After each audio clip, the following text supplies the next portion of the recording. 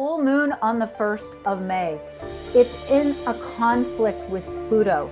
So there's something here about literally something dying in that area of life for you so that something new can be planted. There will be forces that harmonize for us to have a higher vibrational experience, but there will also be people still locked in their pain loop who are not seeing it.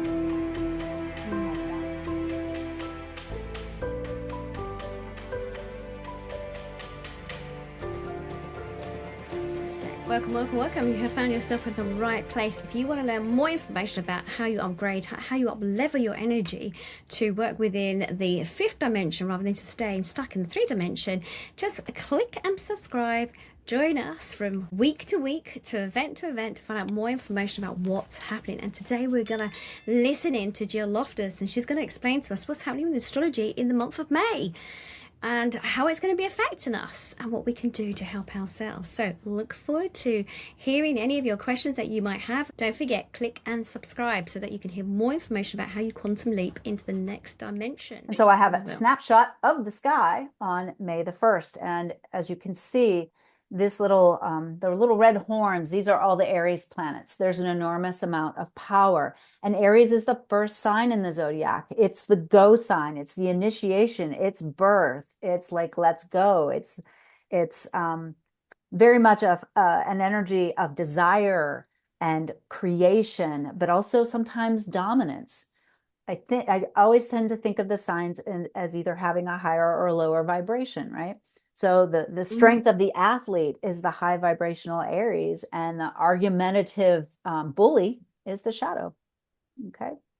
We also have a lot of energy in Taurus and Gemini. So there's a huge cluster in one portion of the sky, which means some people are being more triggered and others are having to respond. And we'll talk a little bit more about that in just a second.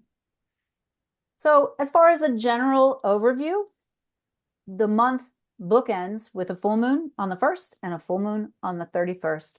So if you want to get rid of stuff, inner stuff, outer stuff, actual stuff, anything that's holding you back, you have 2 very potent times to do that. And we'll give you the exact details when I break that down. Uranus into Gemini, we're still seeing this is setting up a brand new 7-year cycle. But when you see things that relate to technology, that relate to this idea of what are we being liberated from, part of the liberation is stuck mental patterns. You know, how can you believe that something is possible? You know, if you've ever, I don't know, if you've ever listened to someone who's had an experience where their brain and their eyes are disagreeing. The eyes are seeing something and the brain is saying, that's not possible. You couldn't possibly be seeing that. We have to allow that those structures of what's possible to melt. And so that liberates us in some ways, not just from rigid thinking, but from thinking that the impossible isn't possible, like things like world peace or clean energy or saving the planet, and some of these things that we really need to turn our full attention to instead of always being concerned about some of the things that in the long run don't matter. Now we're beginning also to have a beautiful harmony between the 3 outermost planets, the ones that we cannot see. And there's an astrologer, Andre Barbeau, I believe his name was, that a couple of my mundane astrologer friends have mentioned, who says that this ushers in a time of harmony on this planet. He also called the pandemic, that particular astrologer, he's from more than 100 years ago. So I do believe there will be forces that harmonize for us to have a higher vibrational experience, but there will also be people still locked in their pain loop who are not seeing it. And that's, you know, I think we've talked about this before. It almost feels like there'll be a split in consciousness. How that will actually play out, I don't know, but I know which group I want to be in. So just keep tuning to the positive things and what you can do for your group. We definitely start the month with some mixed energy. So it's not like, oh, May, spring, it's a little tense. Okay. Mid-month, we have some beautiful, beautiful flowing energy. So take advantage of that. And then the end of the month gets a little tricky, sticky too. So we'll give you specific dates to be careful.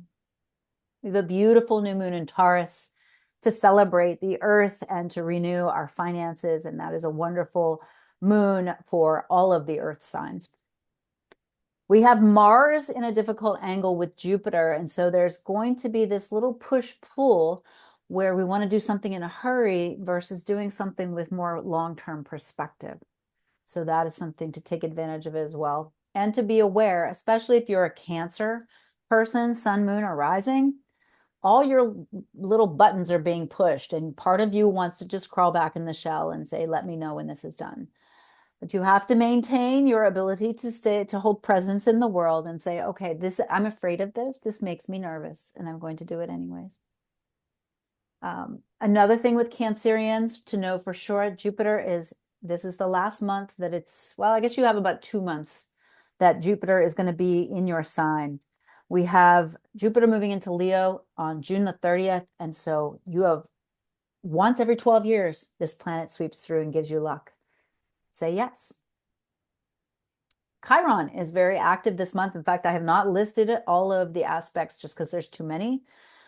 But here's the thing, it's entering some new territory. And you have 1 year from now till next year to really finish up healing anything that happens in the chart in Aries that has to do with you being independent enough. You have to be independent within your relationships. Yes, you can be partnered, but in a healthy way. You have to maintain your youthful enthusiasm for life, right? Don't lose that wonder and joy. This is all a part of healing that process, and also healing the part of you that feels like, well, I'm not accepted by this group. I'm not accepted by that group. I must be unacceptable. That's all something that we can work on. You'll have lots of opportunities to work on that this month. Venus in Gemini and then moving into Cancer, and Mars in Aries, then moving into Taurus, are in a sexy little sextile for like the whole middle of the month. So this is very nice. This adds like nice, lucky sparks to love, to having the energy to do something, and then there's a reward. So that's kind of positive and feel into that. From the 23rd on, we have Mars arguing with Pluto. It's exact on the 26th. When Mars and Pluto argue, there's our explosions, violence, chaos. This is dangerous energy. And so end of the month, caution flag goes up. You're going to drive a little more slowly. You're going to be a little bit more careful in groups, group dynamics, and you're going to keep an eye on your money as well, because Mars and Taurus can affect finances or material goods. And then finally, also Venus clashes with Saturn. That's like I said, we bookend the months with full moons and a lot of emotions and a little tension. Venus-Saturn can also bring up issues regarding money, finances, and resources. But part of what the job of Saturn in that case is saying, okay, you love this, you want this. This is the work that you have to do to get it. And so, yeah. So quick mention, when I say, do you know your sun sign? Most people are like, oh, yes. But do you know your moon sign or your rising sign? The rising sign is also called the ascendant. And if you look at the wheel where this cute little hot pink line is, this is the first house, and that's the ascendant. So this is why when you get an astrology reading, the astrologer says, where were you born? Because they want to know where in the world, on the globe, you were, because that changes where the zodiacal sign in the sky is interacting with your birth. So we call this the ascendant or the rising sign. And so when I give a general forecast about what's going on for Aries, it can be Aries sun, Aries moon, or Aries rising, or Pisces sun, Pisces moon, Pisces rising. That makes sense. So if any of you want to know your chart, send me an email, jill@newittastrology.com, and I'll show you and I'll give you a list of those 3 things, and you'll know more about it. I use Diana, Princess of Wales, because a lot of you are from the UK. She's my little example chart. See her first house, she was a Sagittarius rising, a worldly person. Yes. An optimistic person.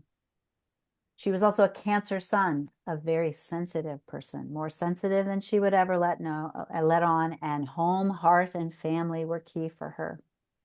And if you want to look and see where her moon was, you look for this little, looks like a smile on its side, the moon glyph. Her moon was in Aquarius. So she could also sometimes seem cold or detached. Very different energy than her sun. So sometimes we are beautiful, actually always, we're beautiful contradictions. But if you know those three things, that can really help. So quick, I'm just going to run through each of the signs and give some highlights for the month, and then we'll look at some specific dates. But first, I will pause for commercial interruption to see if anybody has a question. Question? Anybody? No, we're just interested in learning about the signs. I can just keep running my mouth. So, all right. So Aries people are in it, man. It's hard because Saturn's in there. You're doing heavy lifting. You're working hard. You're building your future. You are setting up the next 30 years of your life. No pressure, right? So it's definitely a potent time for you, but focus on achievement in a healthy way. You should feel excited and enthusiastic about what you're doing. If you're not, clearly there needs to be some changes. Taurus people, you have this brilliant new moon this month. We'll talk more about that. That happens on the 16th. And we also have Venus. Venus is very active this month. So you might feel like you're getting pulled in multiple directions. So you're good at slowing down, but just don't get stuck. I'm a Taurus, right? My little hooves can get stuck in the mud. All right. So keep moving. And also Uranus is out of your sign. You've just been through 7 years of your whole life blowing up in ways that you didn't expect. Hello, I live in Europe now. And we could talk more about that. But your life will steady out a little bit and you might feel more comfortable. Gemini people, you are getting ready for the upgrade. Your mind is going to change. The way you communicate is going to change, and it might feel very erratic. So you really do need to try to stay steady. And Gemini season begins this month. So happy solar return. As I mentioned, Cancerians, wow, Cancer sun, moon rising. It can feel a little frightening, a little upsetting, a little like you're being pushed beyond your boundaries with some of these things. But really what it's doing is creating friction for you to make choices instead of always weighing out all the odds. You know, it can be very indecisive. But make sure you're protecting yourself because you don't want to pick up and absorb. I would say this for all water signs. People are very emotional and you pick them up more, you know, so protect yourself. I was mentioning to Anne, do your Epsom salt soaks, wear a medallion over your heart, wear a silk scarf around your throat. I put oil on my third eye, my moon center, my throat, my heart, each palm, and the centers of my feet every morning and every night. So, and if you want more details on that ritual, again, email me. Leo folks, you are like getting your hair done for this summer because Jupiter's going to move into Leo. So once every 12-year of big opportunities, even though there's been some discomfort because Uranus or because Pluto is in the sign across the sky from you. So you've been having to take on more responsibility, maybe ask for help, which Leos can really struggle with. So please do ask for help and reach out for others. And the beautiful energy in Aries flows beautifully with fire. So all the fire signs get a little boost, and that includes Leo. Virgo folks, I think Virgo folks in particular, they love things to be a certain way and nothing's been the way they want. And so sometimes Virgo folks can totally check out when that happens. It's like, I'm not getting involved in this mess. I told y'all what to do and you didn't do it. But try to stay grounded and try to feel into a more creative solution, a more spiritual way of being, and to collaborate in ways that feel useful. A lot of this Gemini energy is going to push you to participate a little bit more in ways that maybe felt uncomfortable for you before, again, because you have this vision that you have to kind of let go of in order to expand. Okay, we can get stuck. Librans, you also are getting your buttons pushed, but this new flush of Gemini energy flows with you. So you've been feeling pressured. You know, all this Aries energy is right across the sky from you, and it's the absolute antithesis of you, right? You're the person that wants to be social, wants to be nice, wants to say, now, dear, let's calm down. We don't have to argue about that. Let's have a cup of tea and chat. Like, no, the energy across the sky is on fire. They want you to react. So you have to find a way to stay grounded and creative, but not lose your personal space. Scorpio people, you've got a full moon on the 1st, and you have lots of support from Jupiter. So stay deep in your meditation. Those kind of practices are really supportive for you right now. And a lot of the last 2 years that you experienced have set you up for now. So make sure you're taking advantage of it.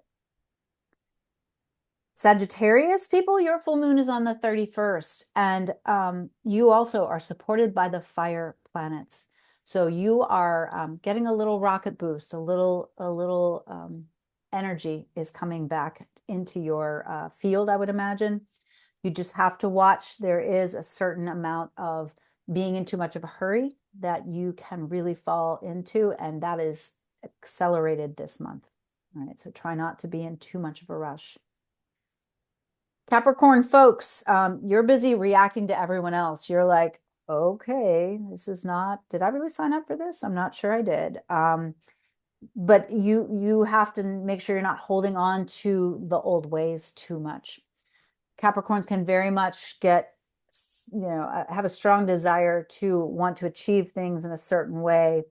And that power structure is changing. And so what real power is about to be revealed over this next year, I would say, maybe even 2. So adjust your idea of what success is.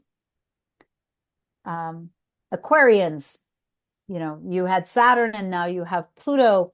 You are the future. You are the visionaries. So stay high-minded, stay attached to that. Think about the group, but also don't lose track of your personal self. It definitely argues with both Leo and Taurus, so you'll have a little bit of tricky stuff in May, and the summer might be a little extreme for you. So make sure that you have time to process and think. You'll be getting lots of brilliant ideas from this Gemini energy. And then finally, Pisces. Pisces are still recovering from the last 2 years, 2.5 years. Saturn was in your sign. You're going to feel a sense of freedom and liberation. The more you can lean into your spiritual side, the better off you will be. Questions? I know, right? It's not overwhelming. It might be. And if they have comments on how I can convey this information in a better way for you, please, I'm open. All right, so when we're looking at our calendars, the first thing to note, and I don't have it written here, but there are an enormous amount of moon voids. We have discussed moon voids before, but when the moon is void, it is a tricky liminal time. Things don't have staying power because the 3 outer planets are all between the degrees of 0 and 5. This means there are vast moon voids. Sometimes they go 24 hours, 36 hours. And you'll be like, wow, what happened to the time? Or why did my email, where's my email? Nobody returned my email. Or, those types of things will happen a lot over these next few months. But May is really one of the big months for that. I do have a full listing of them with 6 different time zones on my website, on the blog.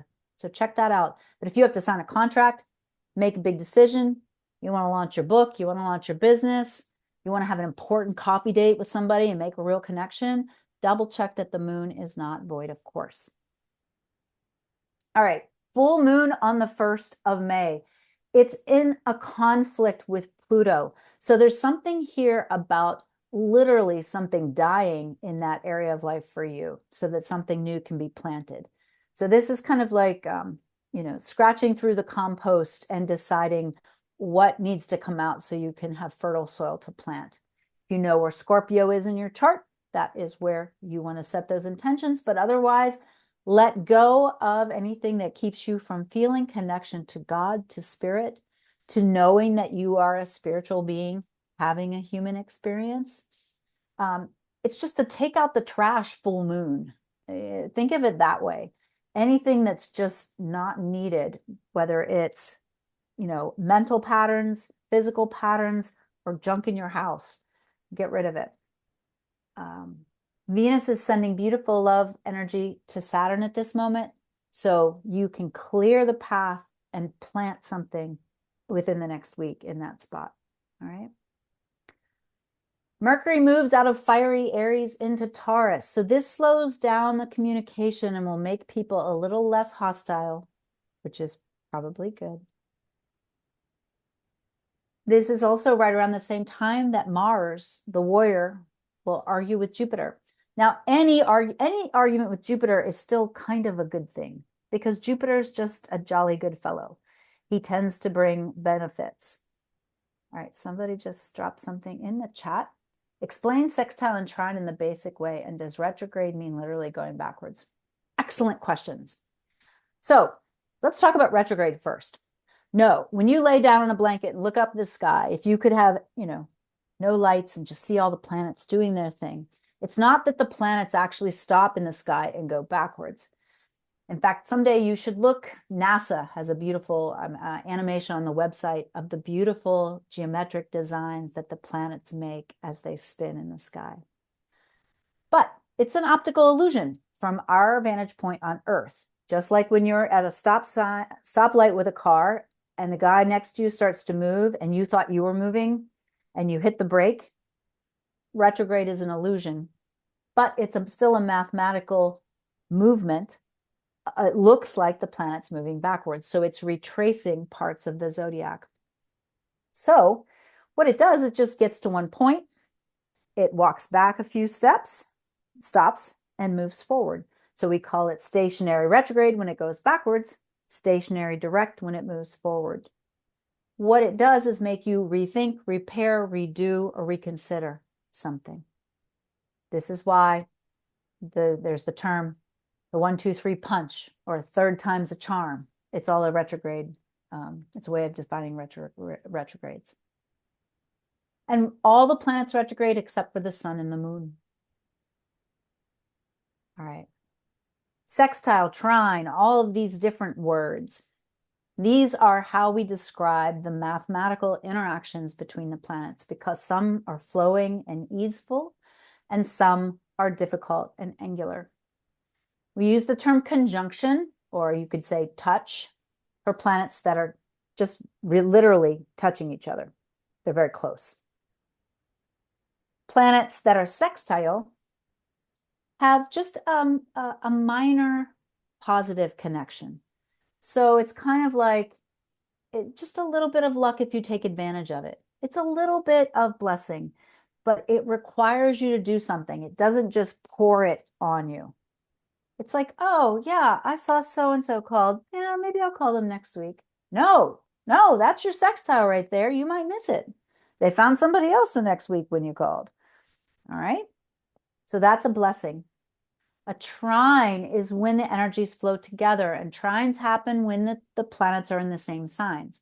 So if you have, let's say, the sun and the moon, both in earth signs, they'll trine each other. You have Saturn and Venus, both in, one in Capricorn, one in Taurus. They're going to trine each other. They support each other. They understand each other. It's like, oh man, us earth signs or us fire signs, we needed to hang together, right? We can work together. We're in the same medium.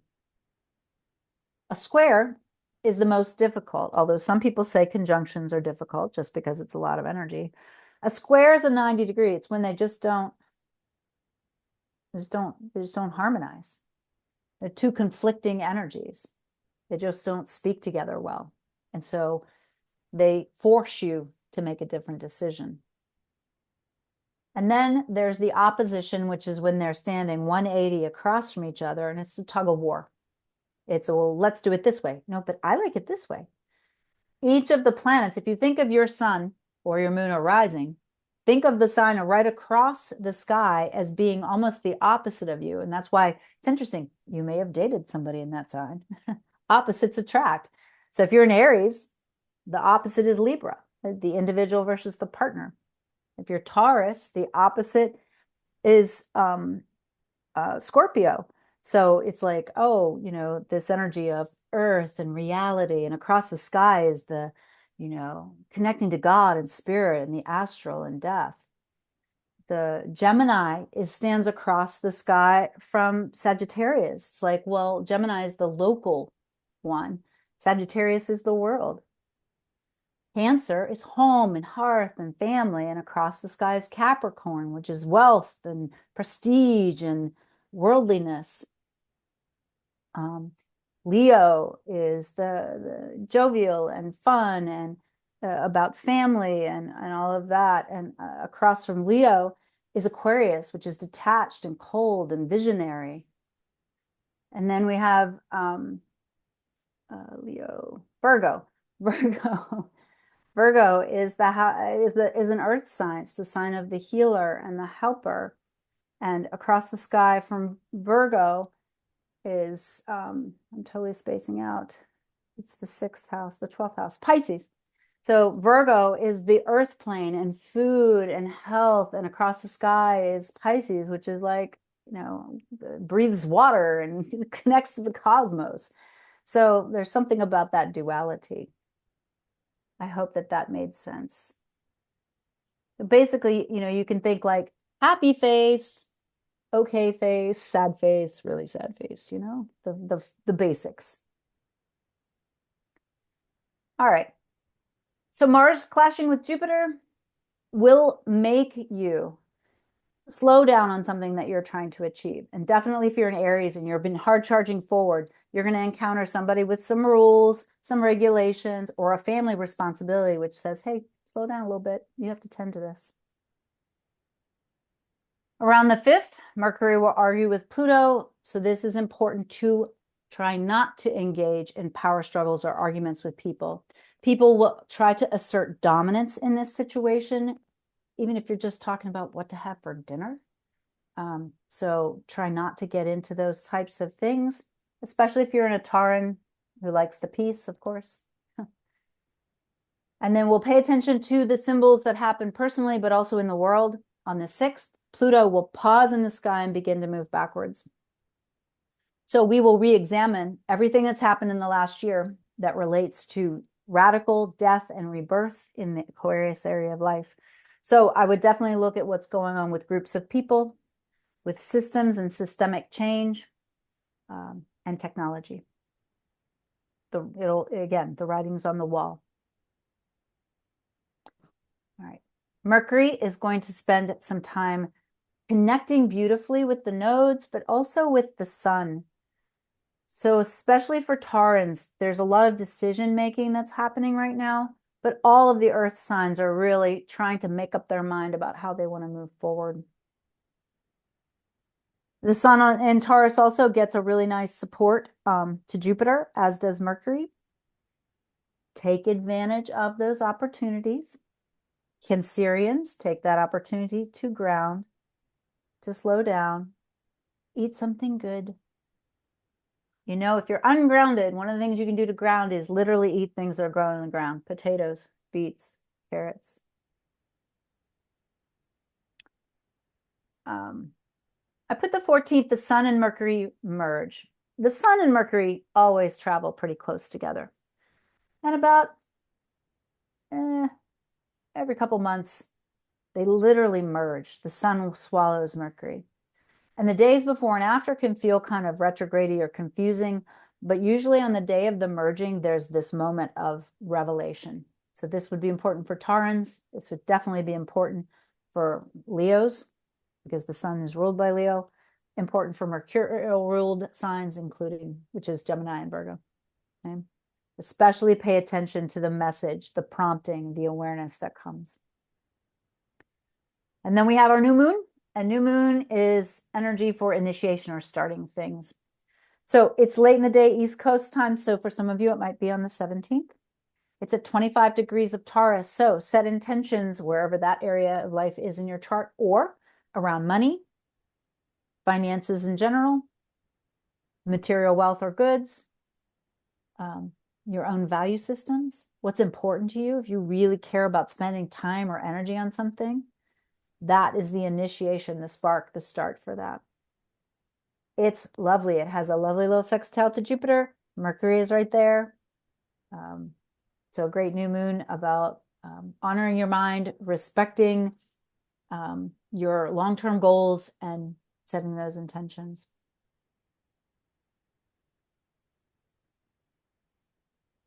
Then Mercury goes into Gemini, and anytime anything goes right into Gemini now, it gets electrocuted by Uranus. So immediately there's going to be, after that moon, the potential for shocking events, shocking awarenesses. Again, the Geminis need to be extra careful. All the air signs might find themselves having downloads, awarenesses, ideas, wanting to write a lot, wanting to speak and communicate. Don't let that energy back up in the body. If you start having a sore throat or scratchy throat, this is Mercury in the body. And so if you're not expressing that, especially if you're, for example, work with a lot of people and you really can't say what you think, you may find yourself with a lot of throat issues. So make sure you're moving that energy. But this could be also surprising things happening technologically. There could be some issues around communication. So just be aware that there might be, it'll feel very retrograde, I would think. But also it could be exciting. There could be wonderful news. There could be just insights that are really incredible. On the 18th, Mars goes into Taurus and Venus goes into Cancer. So they slow down. Again, remember, they harmonize. So if you'd like to meet somebody, that's nice energy. If you'd like to have date night, that's nice energy. If you'd like to do something you're passionate about, you have both the strength, the will, and also the love and care. On the 19th, Mercury will send a beautiful beam of energy to Neptune and also trine to Pluto. This is outer planet contacts that will really be future oriented. So see what comes up. If you're reading something and it sparks your interest, you're on a walk and you think, wow, maybe that, it's important. I said this last month, I'll say it again this month. Have time where you're not looking at your phone and always listening to a podcast, to this, to that.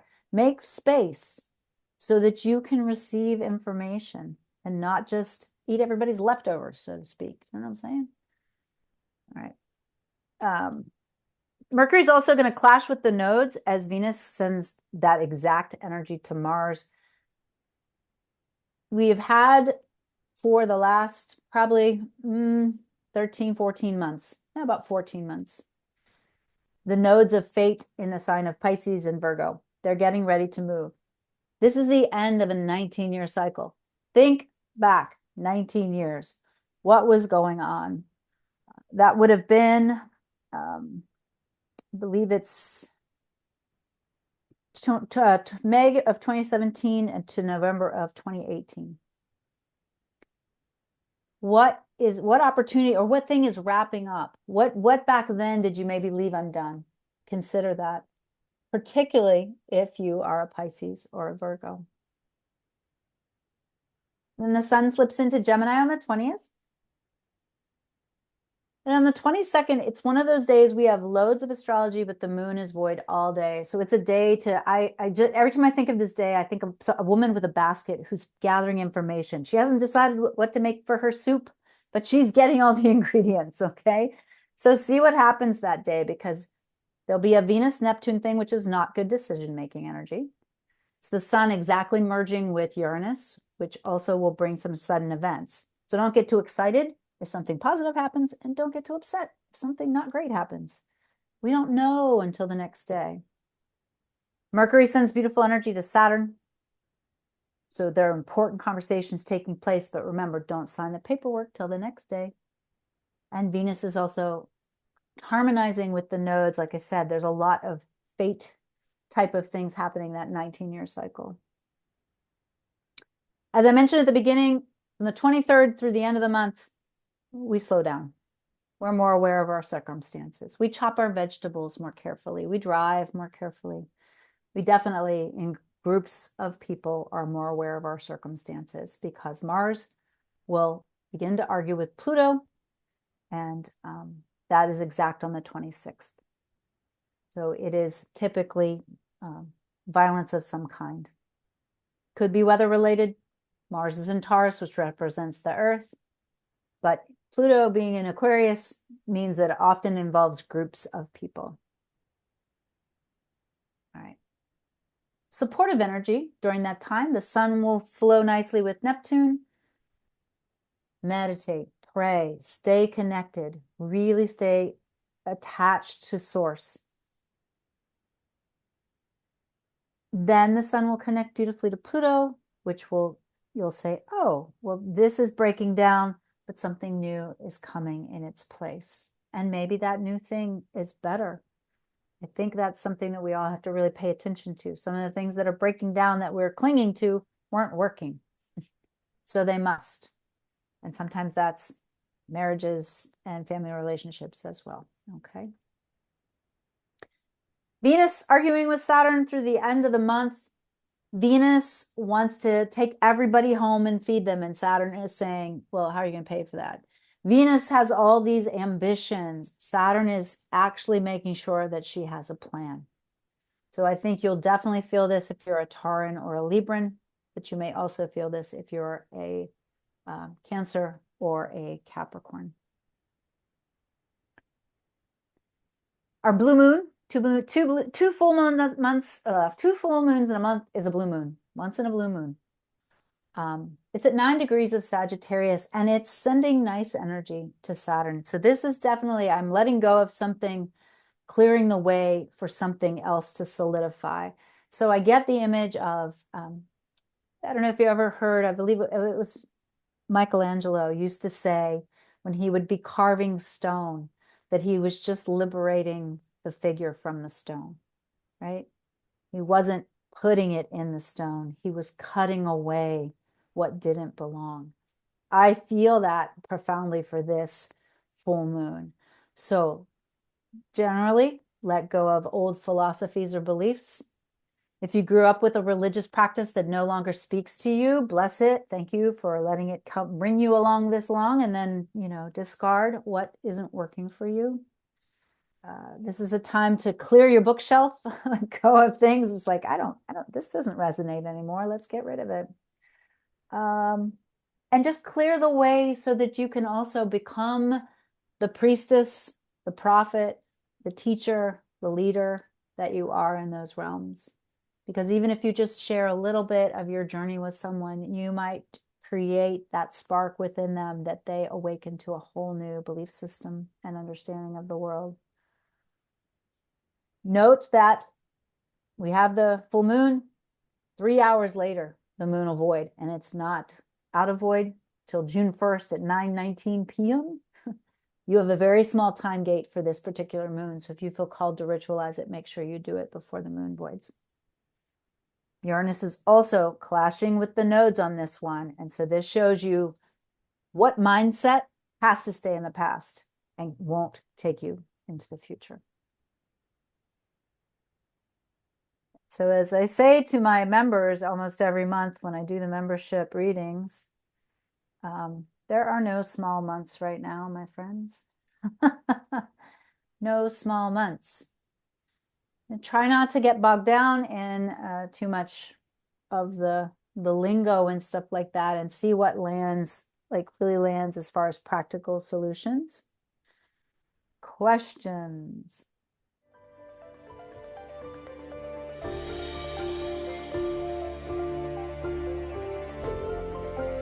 I think a lot of it depends on your moon. If your moon doesn't harmonize with your sun, if they are very different, then sometimes you're like, oh, well, that's very supportive of this part of me, but emotionally, that's not supportive at all. So you need to kind of find what that balance is. You also, if you're Cancer anything, the moon is much more important. So you definitely should know what your moon is and what it's up to, for sure. And you should also look and see how heavily aspected your moon is. Some people, the moon is very prominent in the chart. You might consider, what's your relationship with your mother? women in general. What area of life is it in? Is it in a sign that it likes? Is your moon in Cancer, or is your moon in Scorpio? Those are two very different things. And, for some of us grew up wearing our heart on our sleeve, and so we quickly got a shirt to cover that up. It depends how much your emotional self is a part of your daily life living and intuition. Sometimes it can be really helpful to also know what's going on with your moon.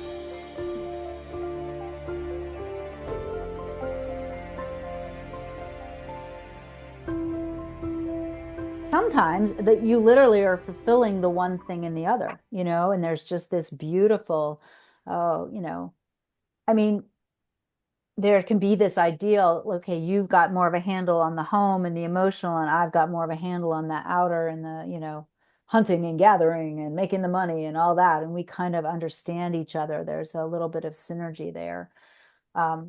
Sometimes it can make it so they are the harsh and not understanding of each other. But again, part of that's like even thinking about that person, like, wow, okay, that Capricorn person is ruled by Saturn.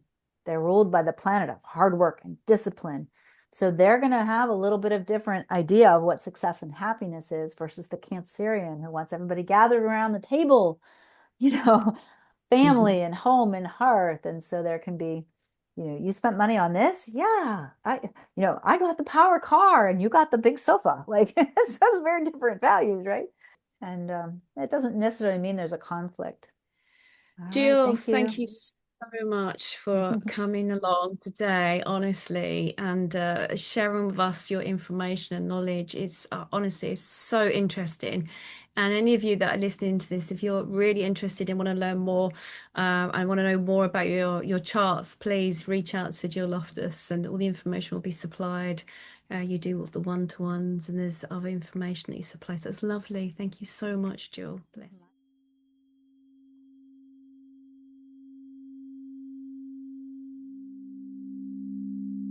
So if you're ready, let's begin. So let's set that intention out of connecting with each other and connecting back into this space. And we connect and set the intention of your breath work and breathing into your physical form. Just being in this space just for a moment. Just being mindful how we begin to collect all our thoughts, almost so sort of dropping them down internally within us. So with your thoughts from your mind, just gently drop them down into the physical body. And just send them down at this moment, just pushing them down, just so that they're nourished, sent back to the earth just for a little while. Just so the earth can help to ground you and to nourish your soul self. So as you're there in this space, nurturing your soul, just being in this space, connecting to the earth elements and grounding yourself, you allow yourself with your breath, your next in-breath, just to draw your energy up through the soles of your feet, and just allowing the energy to rise up now, rising up through the pelvis, coming up now to the gut region, your solar plexus. You're drawing it all the way up into the heart center, and really allowing yourself to connect to the energy of the earth. And as you're breathing in and as you're breathing out, you're allowing yourself to expand from the heart center out into the universe. As you breathe in, you're allowing yourself to receive energy from the universe. And as you're there, consciously aware of your physical form and your energy, this pillar of energy that's rising up now into the throat center. Be mindful as you're releasing, letting go, and maybe feeling it also within your jawline as you bring it up to your ears so that you may hear what you need to hear at this given time. And as you bring the energy up once again and bring it to the third eye, beginning to see so much more clearly. As you draw the energy up now to the crown chakra, opening your energy source, allowing that pillar of light just to gently begin to penetrate through the crown chakra. You begin to feel that alignment, feeling that pillar of light that moves through your physical body, that connects you to the heavens and also connects you down into the earth. That acquiring that equal balance of energy, feeling that reflection of your soul self up into the high heavens of your energy self. As you're there, allowing the energy of yourself as you breathe in and breathe out, as you expand into the energy around you, beginning to see yourself or feel yourself or having a knowing of the expansion internally within yourself.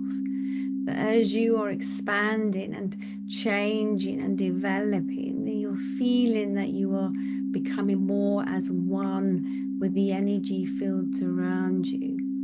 You're becoming more aware that your thought process that you are moving through, that is becoming more aware, that you are creating more awareness of how you are moving forward, that you can feel that energy force field around you as it gently vibrates in your energy cells, that you begin to witness the changes that you are occurring as you are here, having your experience on this earth plane.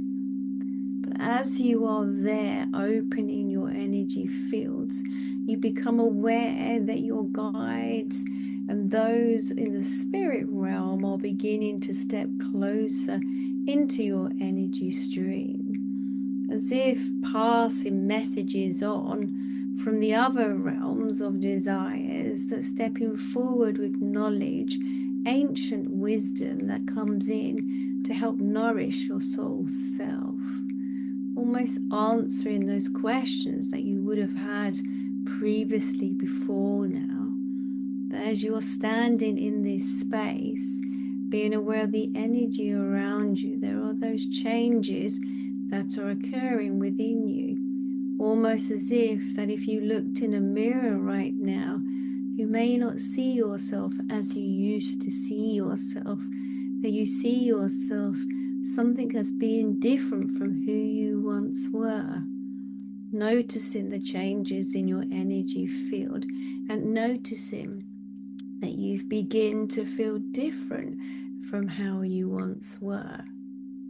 As you're breathing in and breathing out, the energy around you begins to tap back and feel into the energy of who you are.